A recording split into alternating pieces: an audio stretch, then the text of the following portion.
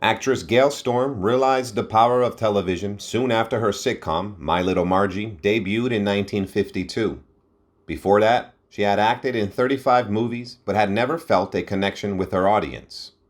Her show, originally intended as a temporary replacement for I Love Lucy during the summer, surpassed expectations and gained a strong following. As the star of the series, Gale Storm became a household name and received fan mail from all over the country. She was amazed at the impact television had on her career and the way it allowed her to connect with viewers in a way that was never possible before. Once known as Josephine Owaisa Cottle, Gale Storm was born on April 5, 1922, in Bloomington, South Texas. She was the youngest of 5 children, and her father, William Walter Cottle, passed away when she was just 17 months old after battling an illness for a year. Despite the family's loss, her mother, Minnie Corina Cottle, did her best to raise the children alone. Eventually, they moved to Houston, where Gale discovered her passion for dancing and ice skating. She worked hard and became a successful performer, impressing audiences with her skills on the ice and dance floor. Her talent extended to acting as well, and she became involved with the drama club at Albert Sidney Johnston Junior High School and San Jacinto High School. In 1939, Columbia Broadcasting System launched the Gateway to Hollywood talent show, seeking to discover and develop new stars for the film industry. Gale Storm participated in the competition and won the female contract, earning the name Gale Storm in the process. She was paired with Lee Bonnell, the male winner from South Bend, Indiana, who took on the stage name Terry Belmont. The two quickly fell in love and married in 1941, remaining together until his passing in 1986. Gale Storm's contract with Gateway to Hollywood led to a deal with Radio Keefe Orpheum Pictures in Hollywood, where she hoped to launch her film career. However, Radio Keefe Orpheum kept her for only a brief period before dropping her from their roster. After appearing in the films Tom Brown's School Days and One Crowded Night in 1954, Gale Storm was called into the office of Radio Keefe Orpheum casting head Ben Piazza. Piazza told her that she was simply a comedy ingenue and that she would never be anything more than that. He advised her to return to her hometown of Houston or marry her boyfriend.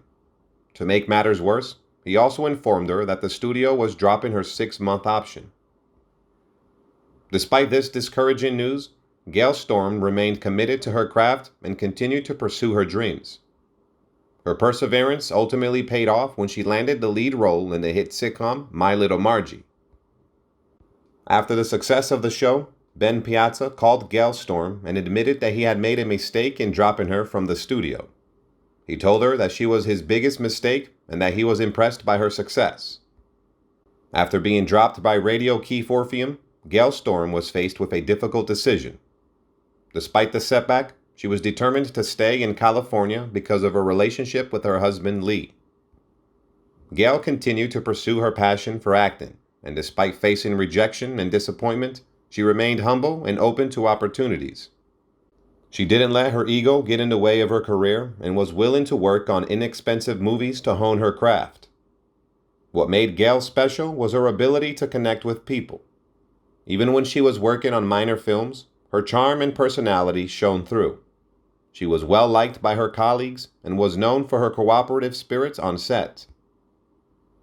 Gale Storm had appeared in 35 Hollywood films, but the glamour of the industry was beginning to lose its appeal. As she approached her 30s, the opportunities for roles were becoming increasingly scarce. However, even before her breakthrough on television with My Little Margie, she had already begun to explore opportunities in the world of television. Being an independent actress, she had the freedom to take on guest roles without any contractual restrictions from Hollywood studios. Margie Albright is the main character of the television show My Little Margie. She lives with her father Vern, and together they find themselves in outrageous situations, often involving Vern's boss, Mr. Honeywell. When the show premiered in the summer of 1952, critics were quick to express their dislike, but the audience disagreed.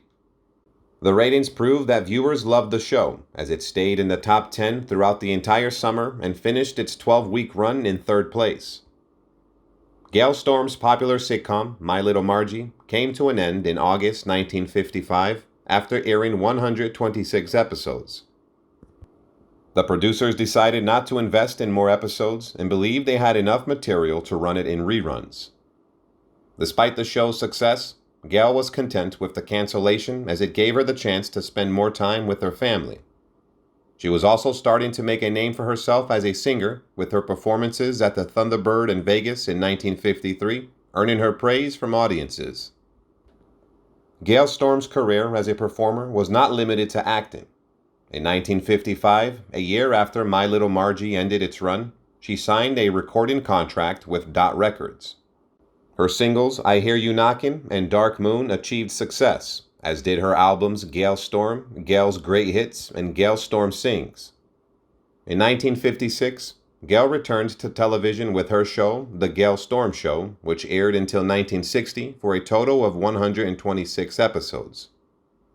The show featured Gale as Susanna Pomeroy, a cruise director on a ship that travels around the world. However, when The Gale Storm Show ended, Gale's public visibility decreased. Some speculate that her absence from the spotlight was due to the constant reruns of both her previous shows, leading to oversaturation in the market. Gale Storm's life after her successful television shows might have been difficult. While she seemed to have a happy life with her husband, Lee Bonnell, and their 4 children, his jealousy of her success may have caused problems.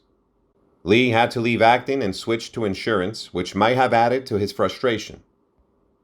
Additionally, Gale had been struggling with alcoholism, which became more and more public. However, in the mid-70s, she decided to seek help. Although the hospital she went to, Raleigh Hills Hospital, no longer exists, it helped her overcome her disease, or at least kept it under control. She was so grateful that she even filmed a commercial for the hospital. Gale Storm's first marriage to Lee Bonnell lasted until he died in 1986. Despite some struggles, they appeared to have a loving relationship.